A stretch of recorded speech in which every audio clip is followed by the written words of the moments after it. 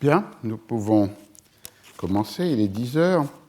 Alors, je rappelle que le cours est construit comme une série d'études de cas ou d'études de textes, et de textes qui ont une commune particularité, c'est-à-dire qu'ils ont franchi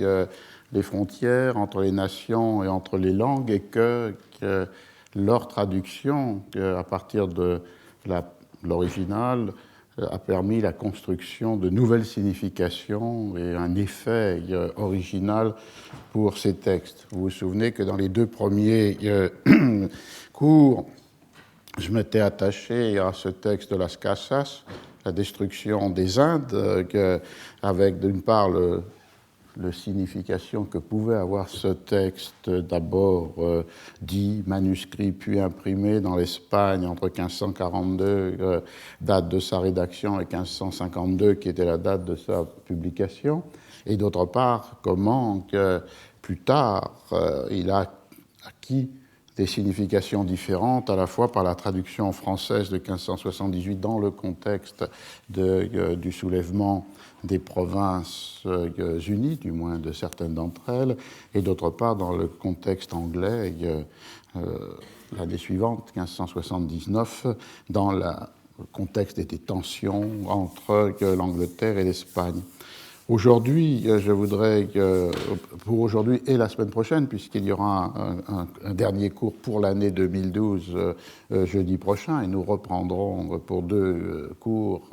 au mois de janvier, le 10 et le 17. Donc pour ces deux cours d'aujourd'hui et de la semaine prochaine, nous resterons en Espagne, mais un siècle plus tard, avec un autre livre qui a connu à l'égal, ou peut-être plus encore que Las Casas, une circulation dans toute l'Europe moderne, et même après, c'est-à-dire dans la 19e et 20e siècle.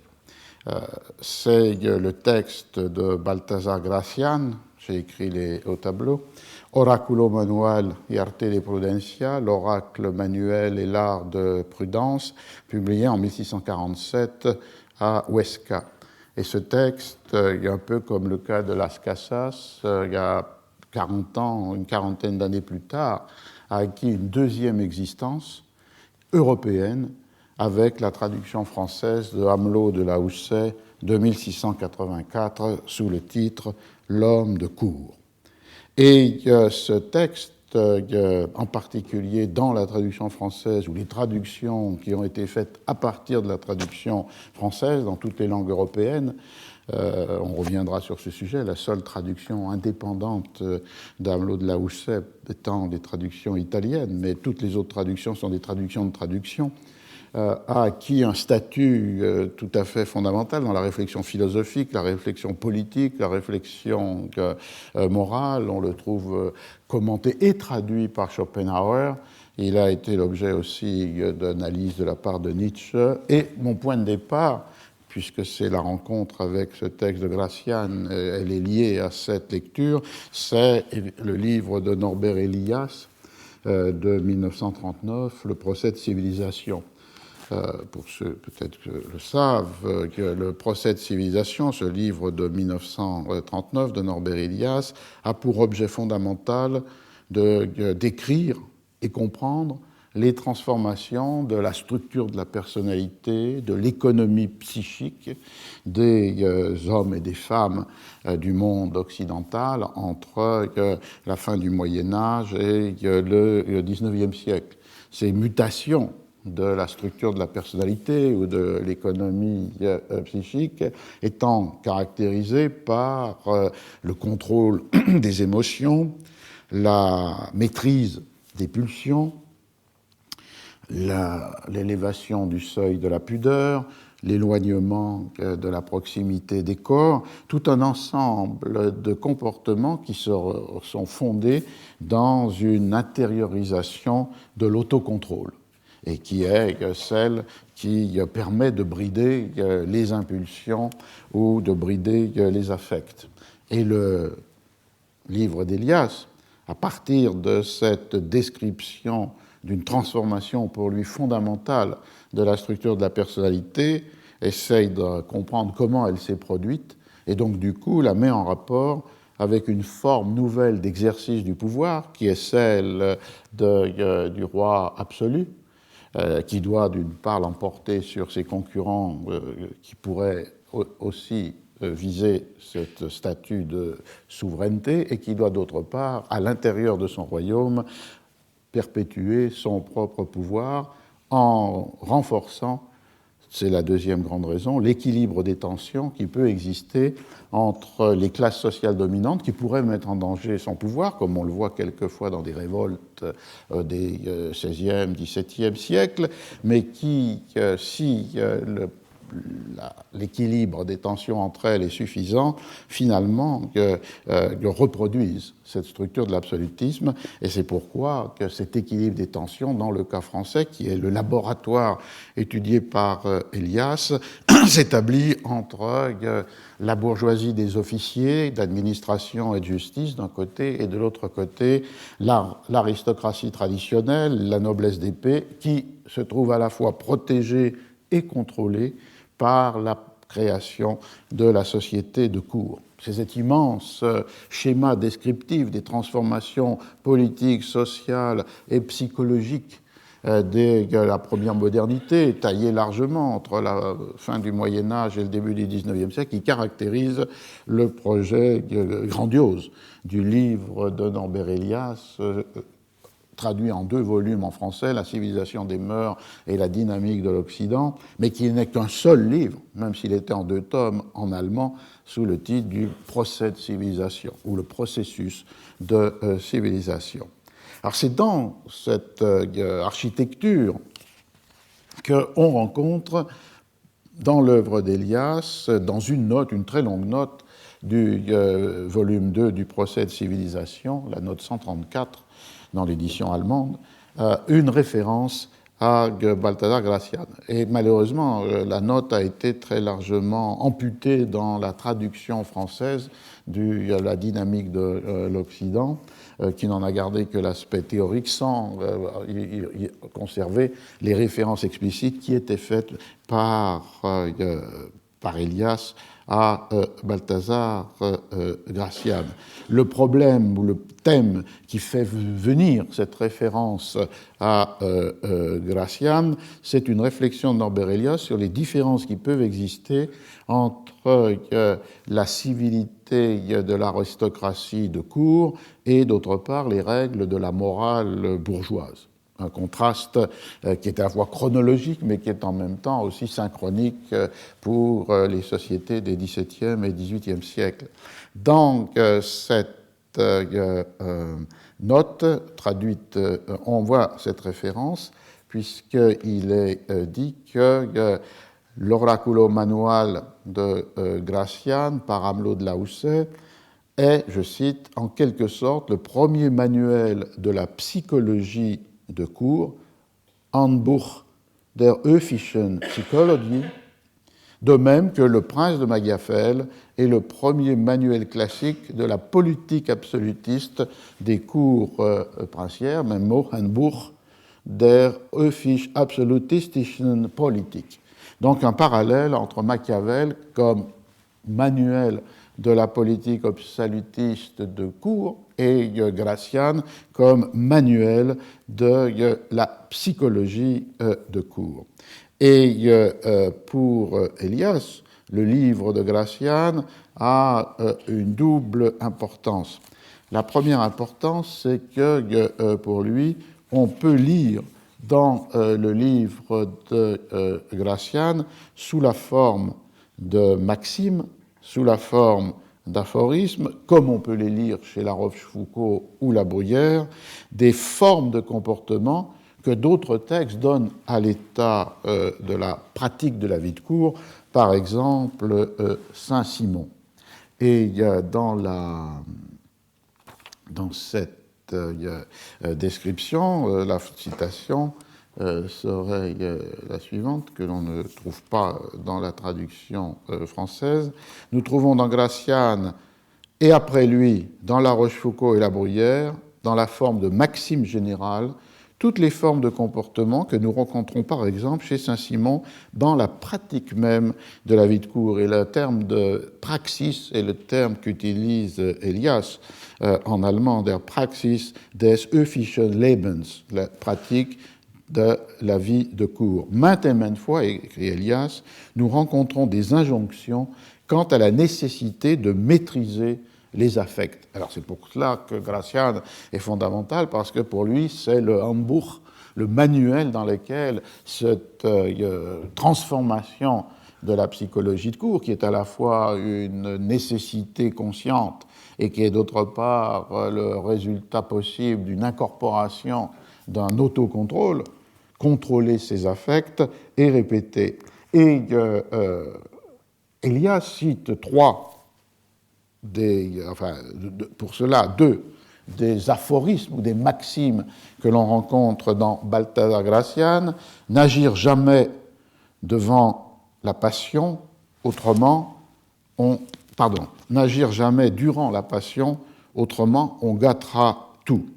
Ou bien, l'homme prévenu de passion parle toujours un langage différent de ce que sont les choses, la passion porte en lui et non pas la raison, qui est l'aphorisme 273. Donc, on voit que dans ces deux aphorismes, n'agir jamais durant la passion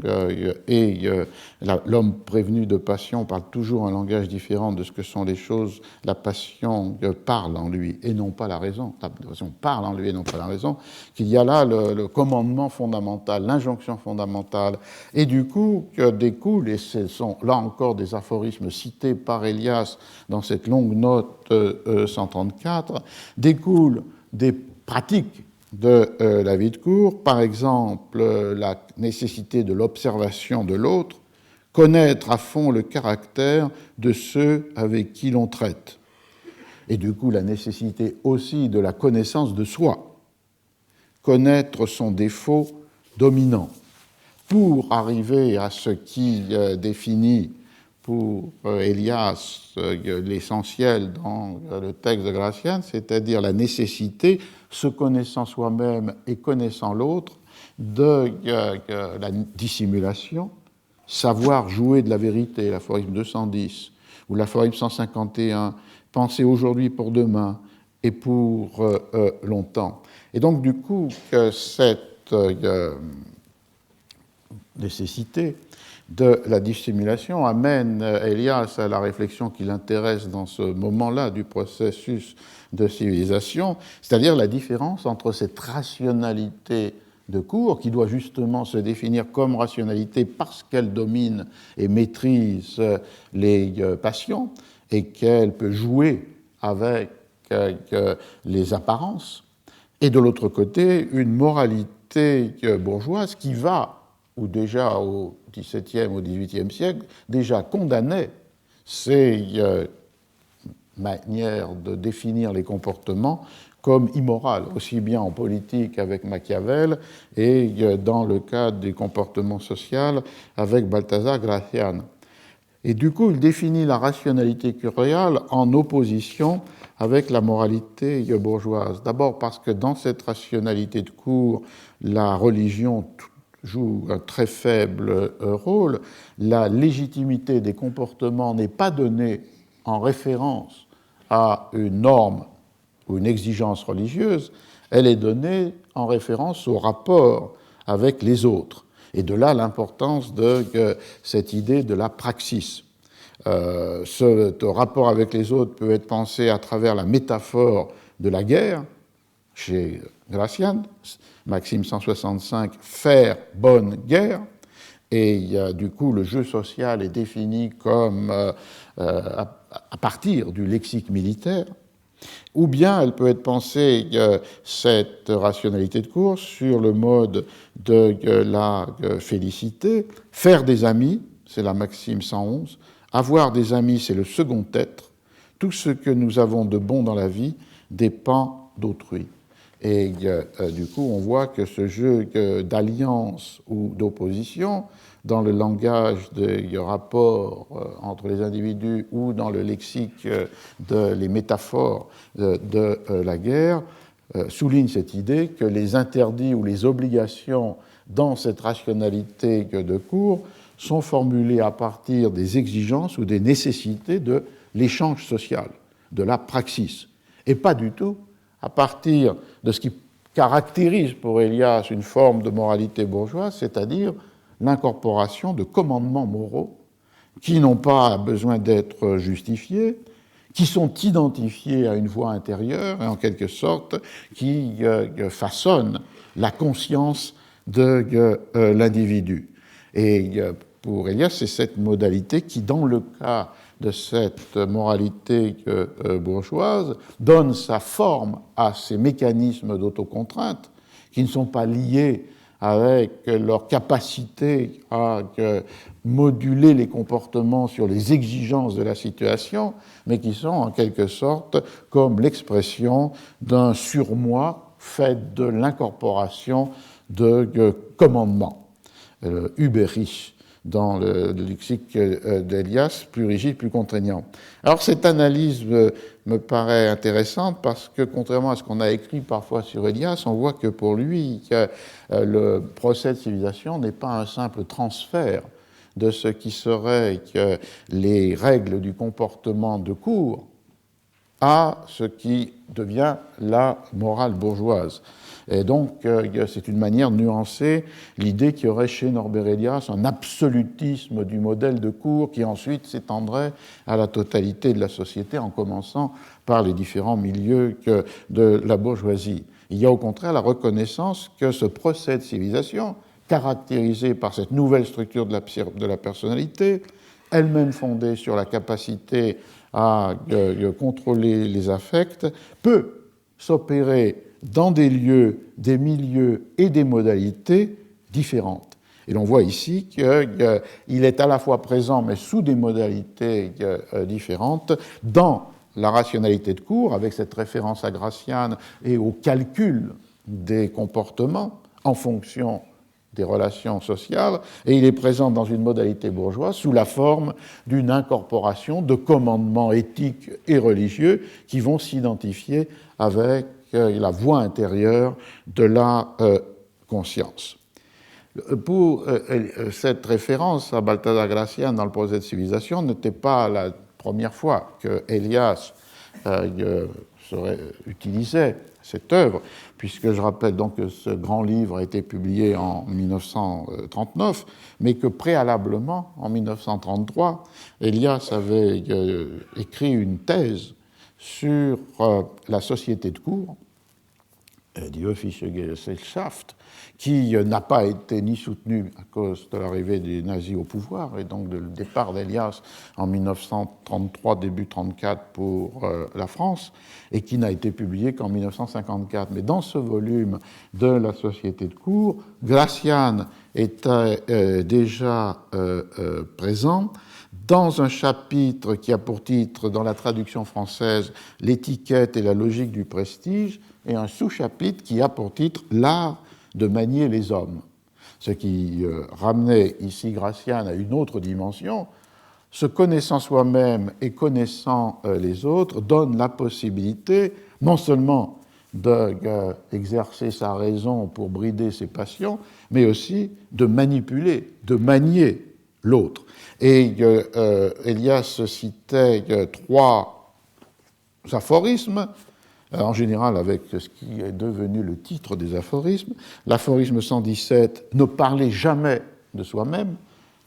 L'aphorisme 179, « Se retenir de parler, c'est le sceau de la capacité ». Et du coup, les pièges qu'on tend à la discrétion sont de contredire pour tirer une explication et de jeter des mots piquants pour faire prendre feu. On voit cette définition des comportements tout entière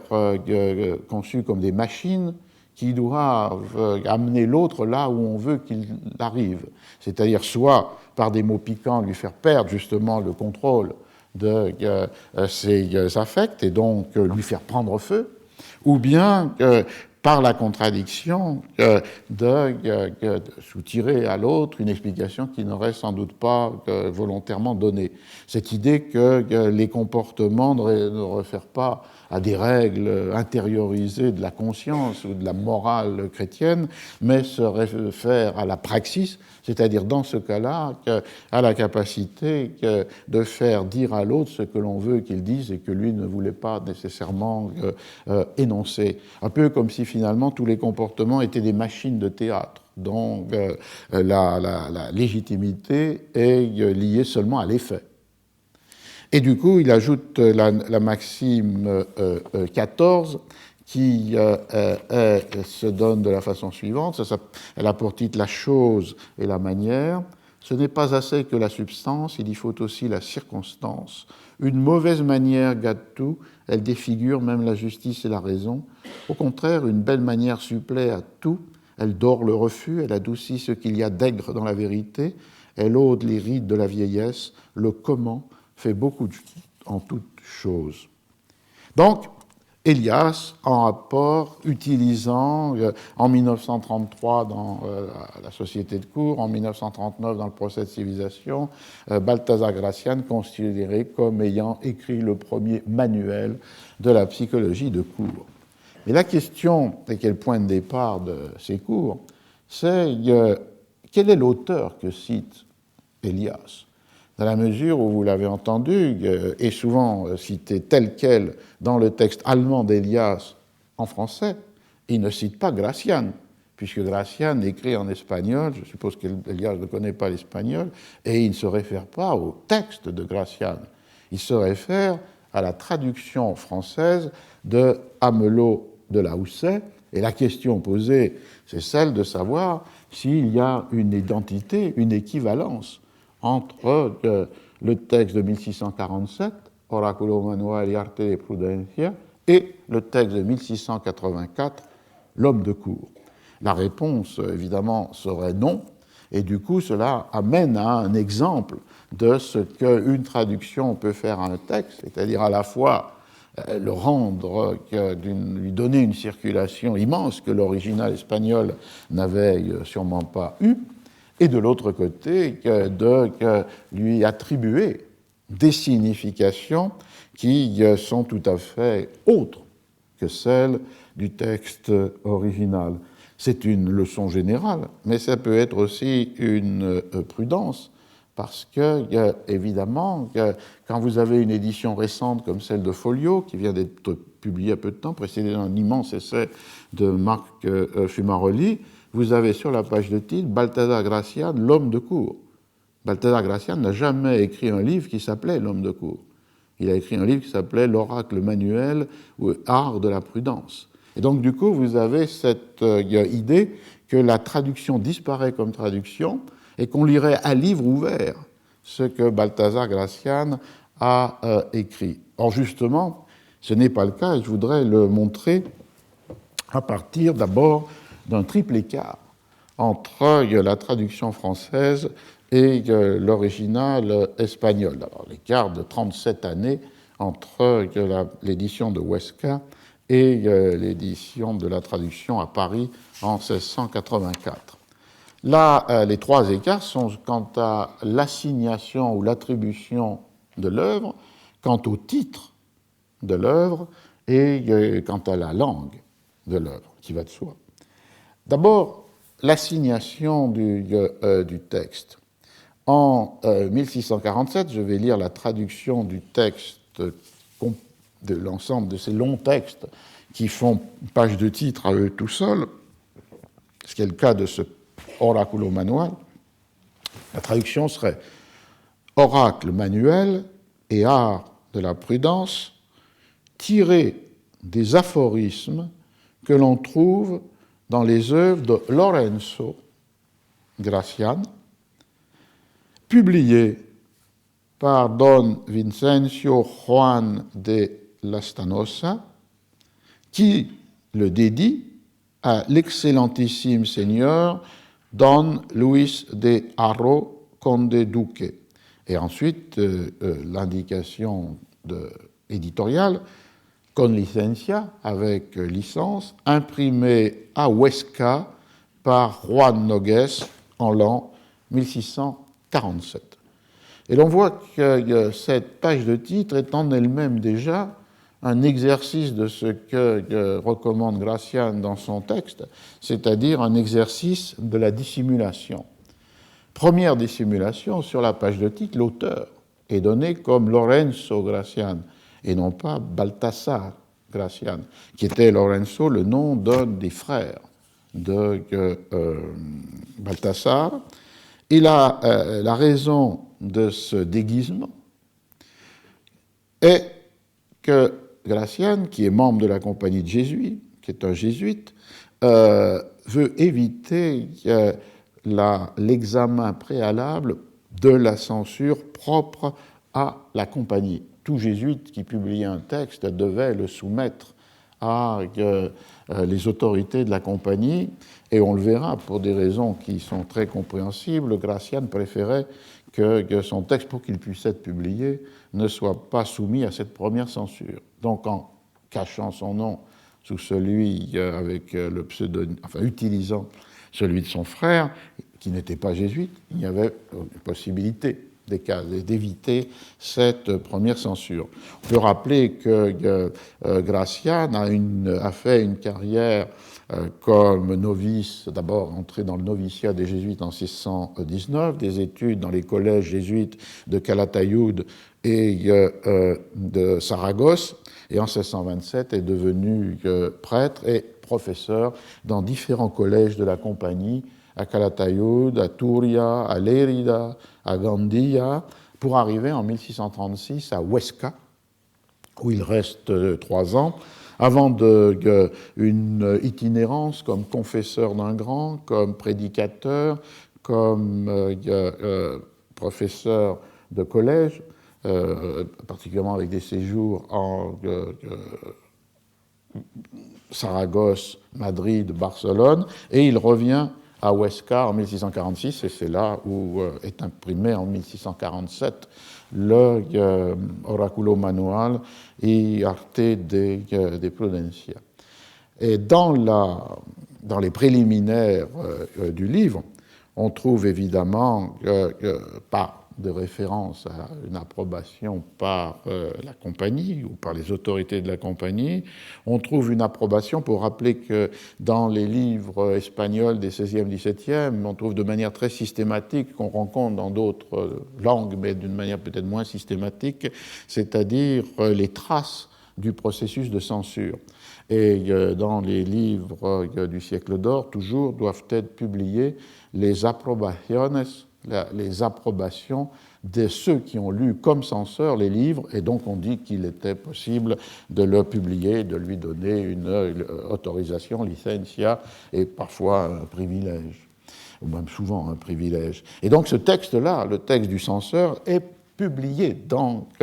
le livre lui-même. Et dans ce cas-là, c'était un professeur de théologie de l'université de Huesca, qui est en même temps membre de l'ordre de Saint-Augustin, qui a donné son approbation avec la phrase suivante: « Il n'y a dans ce livre aucune chose contre notre sainte foi. C'est avant tout un espejo de la razón, un miroir de la raison, moderna maravilla de acierto, une merveille moderne de juste vérité, aciertos, les vérités aiguës. » Et donc, du coup, une autorisation donnée le 11 mars 1647 et qui est accompagnée d'une autre approbation, qui est celle du vicaire général du diocèse, qui était aussi une règle dans le cas de livres publiés au siècle d'or, et donc du coup aussi d'une permission qui est la licencia donnée par la chancellerie royale d'Aragon à Saragosse le 24 mars 1647. Quand on parle de l'Espagne, il ne faut jamais oublier qu'il s'agit d'une monarchie composite et que le roi d'Espagne est en fait roi de Castille et Léon, roi d'Aragon, et aussi il a été entre 1580 et 1640 roi de Portugal, et que chacun de ces domaines, la Castille, l'Aragon et le Portugal, avait leur propre chancellerie, leur propre régime administratif et judiciaire, et en particulier lorsqu'on parle des livres, une licence et privilège pouvaient n'être appliqués que dans l'un ou l'autre de ces royaumes, ce qui laissait la liberté pour les autres de publier le texte qui n'était pas couvert d'un privilège, par exemple, au Portugal ou en Aragon. C'est ce qui explique pourquoi, d'ailleurs, dans l'année 1605, il y a 5 éditions de Don Quichotte, 2 à Lisbonne et 1 à Valence, parce que le privilège a été demandé seulement pour la Castille, et donc du coup, les libraires, imprimeurs, éditeurs de Lisbonne ou dans un autre cas de Valence ne se sentent pas tenus par ce privilège. Alors on voit ici le dispositif qui permet la publication à partir de l'approbation de ce professeur de théologie de l'université de Huesca. Première dissimulation. La deuxième, qui est une dissimulation dans un sens, c'est que le fait de convoquer l'autorité de publier par Don Vincencio Juan de Lastanosa. Lastanosa est un noble qui vit à Huesca et c'est le modèle en quelque sorte du mécène baroque. Il possède une immense bibliothèque, de plus d'un millier, une grande bibliothèque, de plus d'un millier de titres. Il possède une collection, un cabinet de curiosités. Il possède une collection d'antiques ou d'antiquités. Et surtout qu'à Huesca, là où était Gracián entre 1636 et 39, et puis à son retour en 1646, Lastanosa, avec un certain nombre d'hommes de culture ou de lettres, réunis dans son jardin, ce que l'on appelle en espagnol tertulia, c'est-à-dire une sorte d'assemblée informelle, mais où s'échangent des propos érudits et savants. Et la page de titre le fait apparaître comme le éditeur du titre, du livre, puisque c'est lui qui le publie. Et c'est lui qui prend en charge, en quelque sorte, le destin du livre, puisque c'est lui, par exemple, qui signe l'avis les préliminaires, la dédicace. Elle est signée non pas de Gracián, Lorenzo ou Balthazar, elle est signée de Lastanosa, qui agit en quelque sorte en protecteur et éditeur du livre. Et le troisième élément de prudence, sinon de dissimulation, c'est la dédicace à ce Don Luis Méndez de Haro, comte-duc, qui était un parent du ministre principal du roi, parent de Olivares, et qui donc avait un poids politique tout à fait considérable. Et la rhétorique de la dédicace, signée de Lastanosa, jouait sur une figure qui consistait à dire qu'en fait, le modèle duquel étaient déduites toutes les règles du comportement qui font un homme de qualité étaient en fait déduites de l'existence et de l'original vivant qui était Luis Méndez de Haro. Je cite une traduction. Il prétend ne point paraître impossible somme de préceptes abstraits face à son vivant original. C'est-à-dire le livre est cette somme de préceptes abstraits, mais il a un vivant original. Il offre en chiffres un homme de qualité, varón de prendas, et de ce qui fit d'abord son admiration en vous, il a fait ensuite un art. C'est-à-dire une rhétorique qui rentrerait dans ces rhétoriques ou bien qui attribue à celui à qui on dédie l'œuvre la paternité de l'œuvre, qui était un modèle classique, Corneille l'utilise avec Richelieu, Galilée avec les princes Médicis, ou une autre rhétorique qui faisait du contenu abstrait d'un traité, comme ici cette série de préceptes, maximes ou aphorismes, une traduction abstraite des comportements au vif de celui qui était le modèle auquel le traité était dédié, mais qui en fait en était le véritable auteur. C'est toujours la même rhétorique de la dédicace, c'est-à-dire de faire que celui à qui on offre le livre le possédait déjà parce qu'il en était l'auteur, parce que Corneille avait donné les principes de l'art dramatique, parce que les Médicis avaient donné leur nom avant même leur découverte aux astres médicéens, et ainsi, parce que ici, Luis Méndez de Haro, Conde de Duque, est le modèle, en fait, l'auteur, dans ses actes, de ce que la Stanosa ou Gracian n'ont fait que transcrire dans le livre. On a donc là et avec un autre mot intéressant dans cette dédicace, qui est un thème fondamental aussi du thème du livre de Gracian, chiffré au sens d'un langage secret, un code. Et ici, ce qui était le code à déchiffrer est l'excellence du dédicataire. Et le déchiffrement, c'est le livre lui-même. Et j'utilise là, entre parenthèses, une autre traduction, puisque donc on a Balthazar Gracian, l'homme de cour, qui est le texte de Hamelot de la Houssaye, édité par Sylvia Roubaud et avec cette longue introduction de Fumaroli, mais avec cette tension d'attribuer un titre, l'homme de cour, à Gracian qui a écrit un livre qui avait un autre titre, et un effort pour, en quelque sorte, donner une traduction de Gracian qui ne soit pas dépendante de celle de Hamelot de la Houssaye. Vous le trouvez dans un petit livre de la collection Point, où là la traduction est une traduction moderne, qui se veut respectueuse du style, et en particulier de l'oralité présente dans Gracian de Benito Pellegrin, et qui, comme vous le voyez, a changé même le titre, Art et figure du succès, entre parenthèses Horace Manuel, Balthazar Gracian. C'est le livre de Gracian sans Hamelot de la Houssaye, et avec quelque chose de précieux qui est d'avoir traduit effectivement les préliminaires du livre espagnol, alors que dans ce livre-là, les préliminaires sont évidemment ceux du livre de Hamelot de la Houssaye et pas ceux de Balthazar Gracian. En même temps qu'il y a cette dissimulation du nom et cette prudence avec l'utilisation de l'Astanosa comme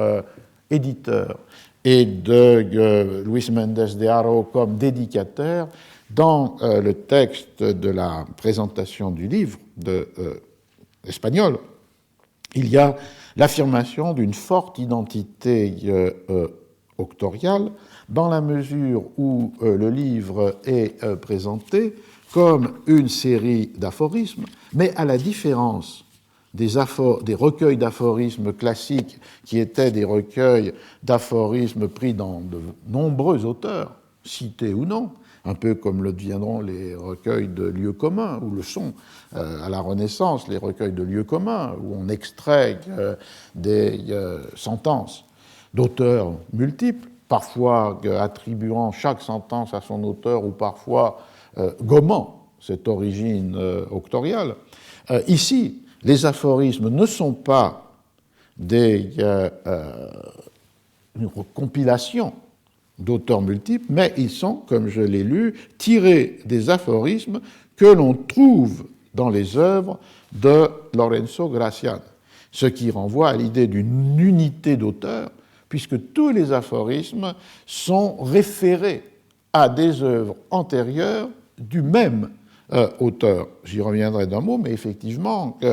Balthazar Gracian, sous le nom de Lorenzo Gracian, avait publié auparavant deux livres qui servent de matrice à un certain nombre d'aphorismes, El Héroe, le héros, en 1639, et El Politico, qui est un livre sur Ferdinand d'Aragon, en 1640. Et sur les 300 aphorismes qui se trouvent dans El Oráculo Manual et Arte de Prudencia, 72 viennent soit du Héroe, soit du Politico. Il y a donc une unité auctoriale qui est affirmée, même si elle est donnée sous un nom qui n'est pas le nom véritable de l'auteur et dans une référence à une publication qui n'est pas assumée non plus par l'auteur. Alors lorsqu'on passe à la page de titre de 1684, on est dans un tout autre monde. Le titre « L'homme de cour », traduit de l'espagnol de Balthazar Gracián par le sieur Amelot de la Houssaye avec des notes à Paris chez la veuve Martin et Jean Boudot, rue Saint-Jacques, près d'ici, au Soleil d'Or, 1684, avec privilège du roi. Donc deux noms sur cette page de titre, le nom de l'auteur, ici rétabli dans son identité propre, c'est-à-dire Balthazar Gracián et non pas Lorenzo, et d'autre part le nom du traducteur de l'espagnol,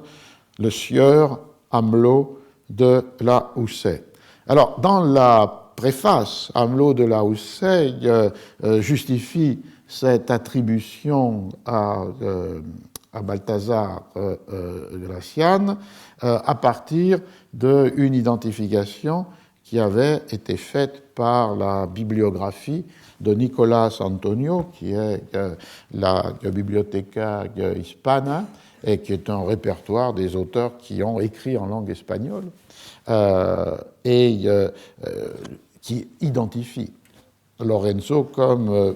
Balthazar. Je cite Amelot de la Houssaye, mais comme toutes les personnes qui ont vu les œuvres de Gracián ne manqueront pas de demander pourquoi je lui donne dans mon titre le nom de Balthazar, au lieu de celui de Laurent, qu'il porte dans les éditions de Madrid, de Huesca, de Bruxelles, d'Anvers, je suis obligé d'en dire ici les raisons, et par conséquent de parler de sa personne et de ses livres, ce que d'ailleurs on sera bien aise d'apprendre dans le monde, la plupart des gens de lettres aimant à savoir les particularités de la vie des hommes qui ont excellé dans cette profession. Je dis donc que j'ai cru devoir en cela me conformer au sentiment du savant Don Nicolas Antonio de Sevilla, qui nomme ainsi notre auteur au commencement du second tome de son catalogue des écrivains espagnols intitulé Biblioteca Hispana. Alors il cite, en traduisant Nicolas Antonio, Laurent ou plutôt Balthazar Gracián de Calatayud en Aragon, religieux de la Compagnie de Jésus, personnage d'une érudition connue par beaucoup de livres espagnols, qu'il a mis au jour sous le nom de Laurent, qui, à ce que nous croyons, était son frère, fut recteur des collèges de Tarragone, etc., fut recteur du collège de Tarragone en Catalogne, charge qu'il exerçait lorsque Don Vicencio Juan de la Stanosa le loua sous son propre nom de Balthazar dans ces dialogues des médailles. Donc une restitution de tout cela, je conclus que mon auteur est le père Balthazar Gracián, jésuite, et je crois que sa compagnie, qui est un séminaire de rares esprits, me sera meilleur gré de l'avoir fait connaître pour ce qu'il était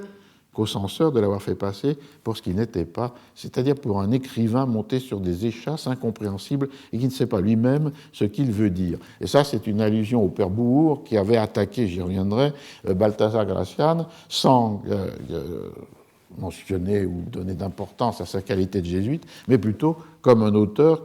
qui est incompréhensible et dont le style est si opaque que, pour Bouhours, on ne comprenait pas quelle était son intention. Le deuxième nom, c'est celui donc de Amelot de la Houssaye, qui est un personnage extrêmement intéressant parce qu'il a été ambassadeur, secrétaire de l'ambassadeur à Venise, et il s'est spécialisé dans les traductions. Et son curriculum n'est pas sans intérêt, puisque, mettant à profit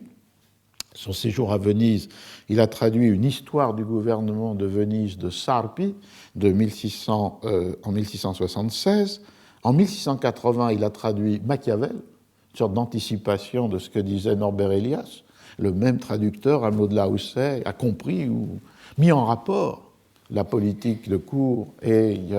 la psychologie de cour. En 1683, il a traduit un autre traité de Sarpi qui est l'histoire du Concile de Trente et un traité sur les bénéfices ecclésiastiques. Et en 1684, la même année que l'homme de cour, il a traduit des 3 livres de Tacite et sous le titre de Discours politiques sur Tacite. Avant d'y revenir, ce qui fait l'unité de ces traductions, c'est à la fois une juste définition de la politique fondée sur la raison d'État. Et Amelot de la Houssaye appartient à cette tradition du tacitisme qui peut conduire à Machiavel, une raison d'État qui n'est pas commandée par des principes moraux, éthiques, religieux, chrétiens, mais qui a sa logique propre. Et c'est d'autre part la justification de là l'intérêt pour Sarpi, la justification des droits des princes par rapport à l'autorité du pape. Et il y a chez Amelot de la Houssaye une sorte de justification par ces traductions du gallicanisme, une sorte de distance du pouvoir royal par rapport à l'autorité pontificale, et même aussi une proximité avec le jansénisme. On voit donc deux pages de titres complètement différentes. Et donc, du coup, aussi, il y a deux titres et deux livres complètement différents. Si l'on commence par L'homme de cour de 1684, son titre, L'homme de cour, qui donc est une invention de Amelot de la Houssaye, est explicité par la préface et par la dédicace au roi, à Louis XIV, avec un double modèle. Le premier modèle est le modèle, on va dire, curial, le modèle de la cour. Je cite le début de la préface d'Amelot de la Houssaye. « Le livre que je vous donne porte un titre qui vous en doit donner une haute idée. » Donc, l'homme de cour. Et si les préfaces ne sont nécessaires que pour expliquer au lecteur le sujet et le dessin des livres, le mien pourrait bien s'en passer, puisque son titre exprime non seulement tout ce qu'il traite, mais encore à quel usage et à quels gens il est propre. Il n'est donc pas propre à tout le monde, me direz-vous. Non, certes, il ne l'est qu'au grand monde, et aux personnes qui savent le monde. C'est un homme de cour qui n'est pas d'humeur à se familiariser avec le vulgaire, il ne se plaît qu'avec ses égaux.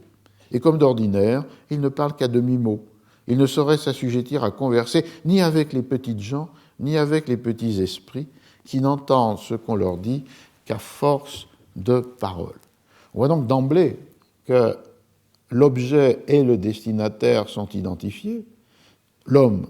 de cour, il n'y a pas du tout l'idée d'une destination universelle, tout au contraire. Il y a l'idée d'une circulation qui doit être restreinte, écartant à la fois les petites gens, le vulgaire,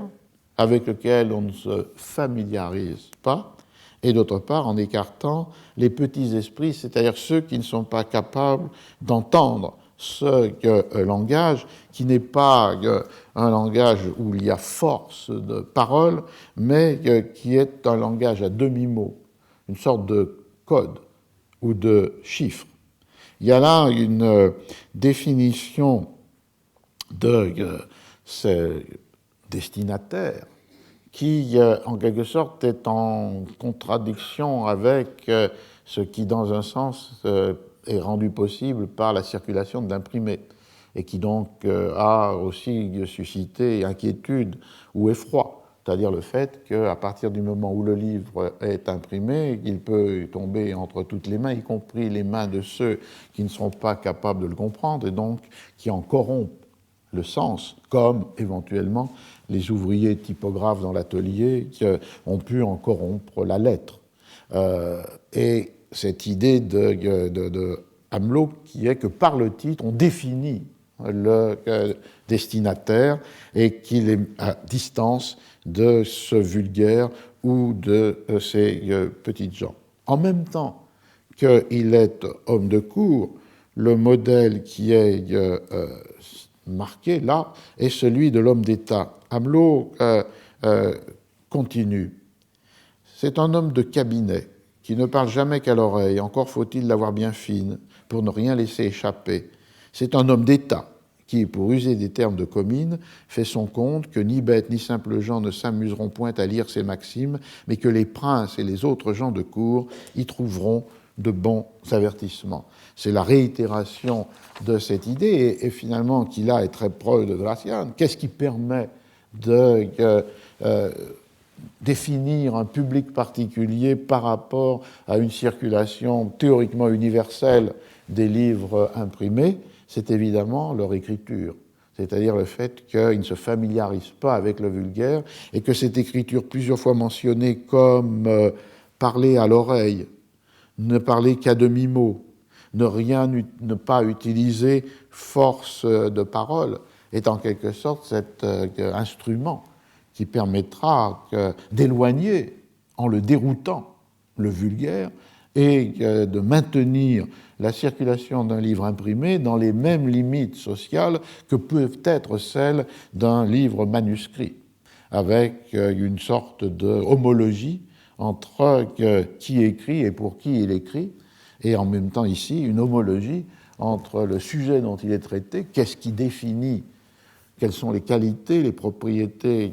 d'un homme de cour, avec le public auquel le livre est destiné, c'est-à-dire l'homme de cour ou les hommes de cour lui-même. C'est donc un premier élément, et très important par rapport à Gracian, de briser avec l'idée d'une destination universelle pour curialiser le texte. L'objet est un homme de cour, le lecteur est un homme de cour. Le deuxième modèle, dans un texte assez extraordinaire qui est présent dans les préliminaires du livre de Amelot, c'est la dédicace, l'épître au roi, l'épître à Louis XIV, qui est extraordinaire dans ce sens que c'est un genre évidemment rebattu, les louanges du roi, en particulier dans le cas de Louis XIV, et chaque auteur est confronté à l'idée d'inventer quelque chose qui soit original dans ce genre particulièrement usé. Et Amelot a cette idée, à partir de Gracian, de louer Louis XIV comme Gracian l'aurait sans doute fait s'il avait connu ce roi. Et le dispositif de cette épître au roi, c'est d'écrire un panégyrique de Louis XIV en français, mais dans la langue de Gracian. Je cite, « Et pendant que je travaillais à la traduction, que j'ai l'honneur de lui présenter aujourd'hui à Sa Majesté, il m'est arrivé 1000 fois de regretter cet espagnol, persuadé que je suis, qu'ayant un si bel esprit, une si fine plume et tant de passion d'éterniser la gloire des héros, il eût eu l'ambition de s'immortaliser lui-même par quelque beau panégyrique de votre Majesté, dont la traduction eût servi de digne épître à mon livre, car il n'y a que des esprits transcendants comme lui qui soient capables de faire l'éloge d'un prince comme vous. » Donc, on voit encore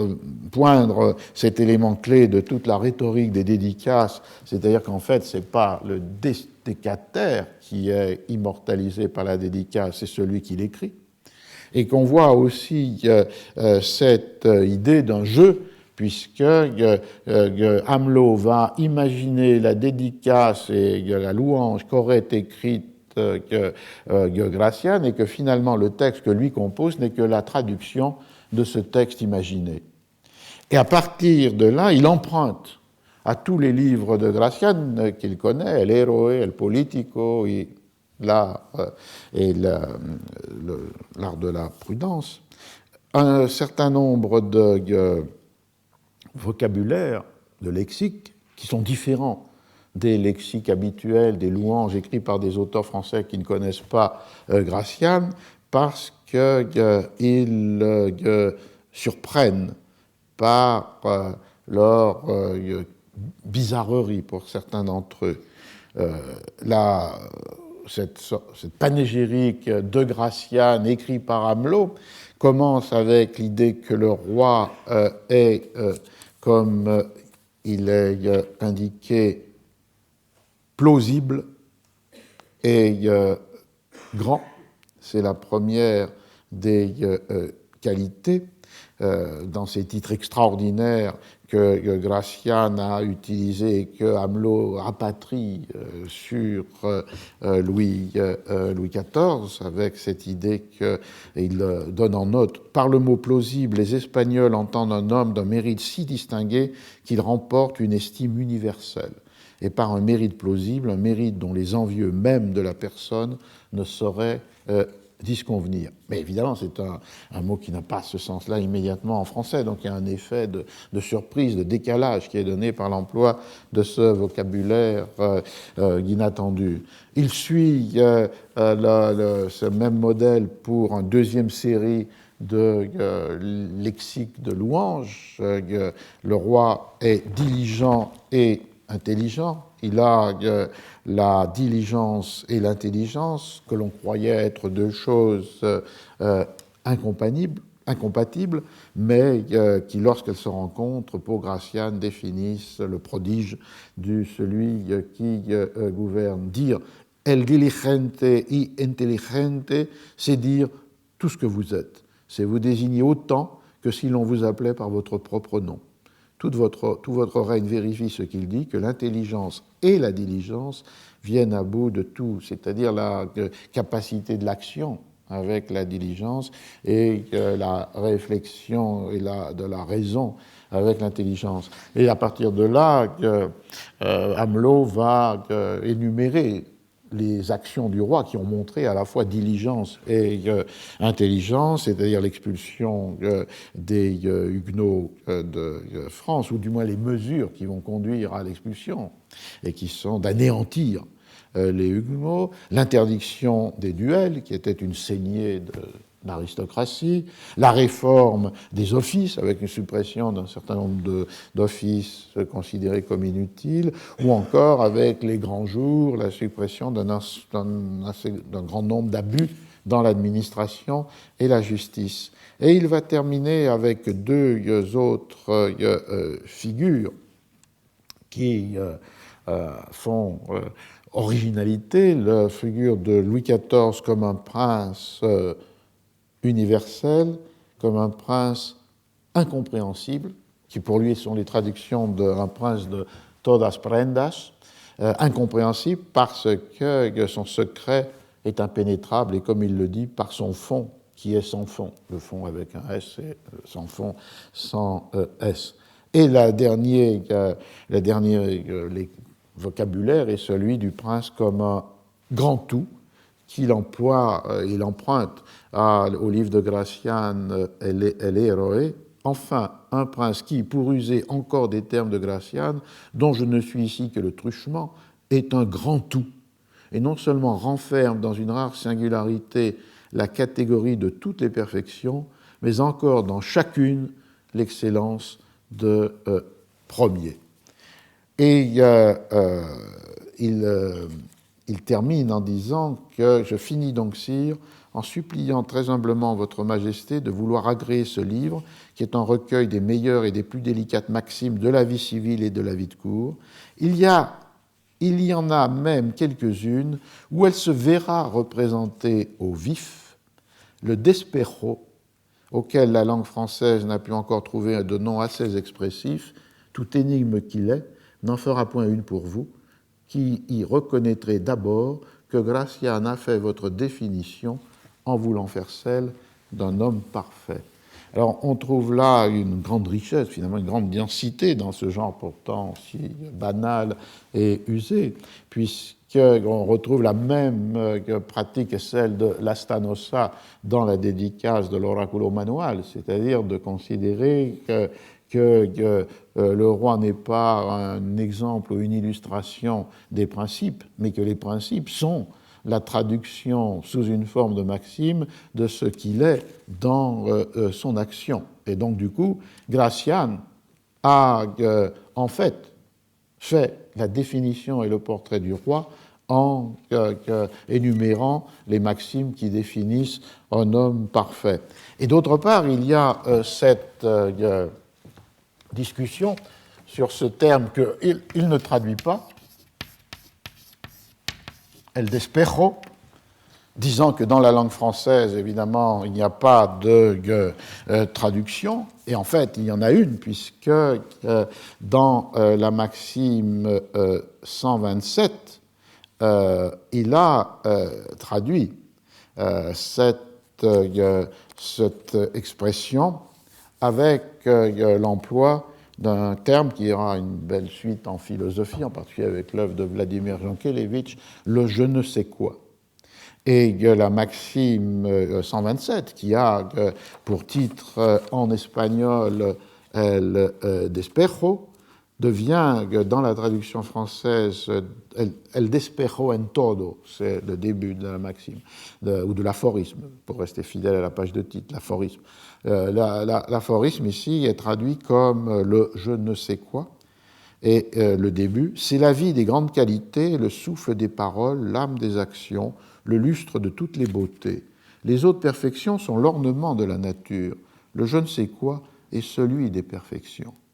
Il se fait remarquer jusque dans la manière de raisonner. Il tient beaucoup plus du privilège que de l'étude, car il est même au-dessus de toute discipline. Il ne s'en tient pas à la facilité, il passe jusqu'à la plus fine galanterie. Il suppose un esprit libre et dégagé, et à ce dégagement, il ajoute le dernier trait de la perfection. Sans lui, toute beauté est morte, toute grâce est sans grâce. Il l'emporte sur la valeur, sur la discrétion, sur la prudence, sur la majesté même.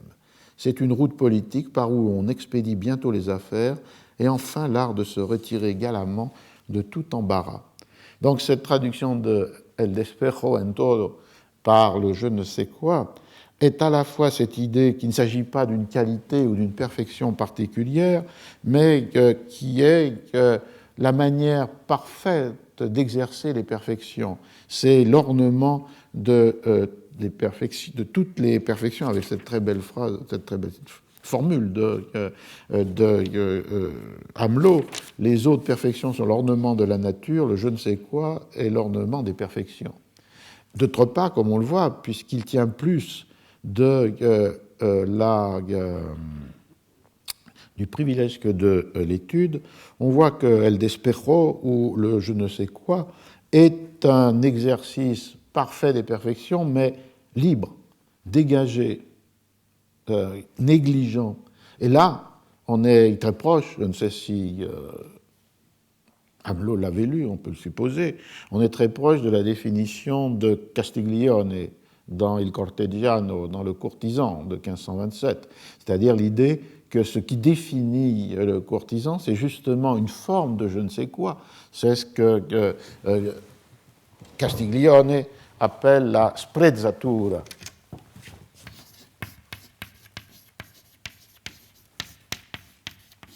C'est avec le S privatif, c'est-à-dire le manque d'après. Quelque chose qui n'est pas le résultat pesant de l'étude, qui n'est pas la visibilité de l'apprentissage, mais qui est le naturel, le spontané, ce qui va être traduit en espagnol par El descuido, par Boscan en 1634, c'est-à-dire la négligence, mais une négligence qui est perfection et non pas son inverse. Donc on voit que pour Hamelot, qui dit qu'on ne traduit pas El despejo, mais qui traduit dans la maxime 127, on a affaire à la fois à l'exercice parfait de toutes les qualités qu'il a énumérées pour le roi, et que l'on a affaire aussi à cette dimension d'un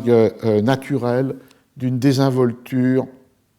d'une négligence aisée qui se marque dans l'exercice de cette perfection. On voit donc que dans les préliminaires, l'épître au roi et la préface de Hamelot de la Houssaye, le livre de Gracian devient à la fois un miroir du prince, puisque finalement Gracian, dans cet homme parfait, a fait le portrait anticipé de Louis XIV, et d'autre part, il devient le modèle de l'homme de cour, avec l'ensemble des aphorismes qui sont autant de maximes et de sentences qui définissent les perfections de l'homme de cour, qui culminent dans cette despejo. On a donc du coup un livre qui est installé dans ce moment particulier, 1684, c'est le moment de l'installation de la cour à Versailles, y compris de l'administration du roi, et d'une manière plus permanente de la cour, et c'est là où le modèle curial et le modèle royal se rencontrent. On est très loin, on va faire une petite pause de 5 minutes, mais on est très loin évidemment dans cette double définition curiale et royale du livre traduit de Gracián, de ce que l'on peut établir comme étant, à partir, par exemple, de la page de titre ou des préliminaires du livre de 1647, l'intention ou la destination de l'Oraculo Manual. Ce sera le début de la seconde partie de ce cours, puisque nous pouvons faire une petite pause et reprendre à 11h10, si vous le voulez bien.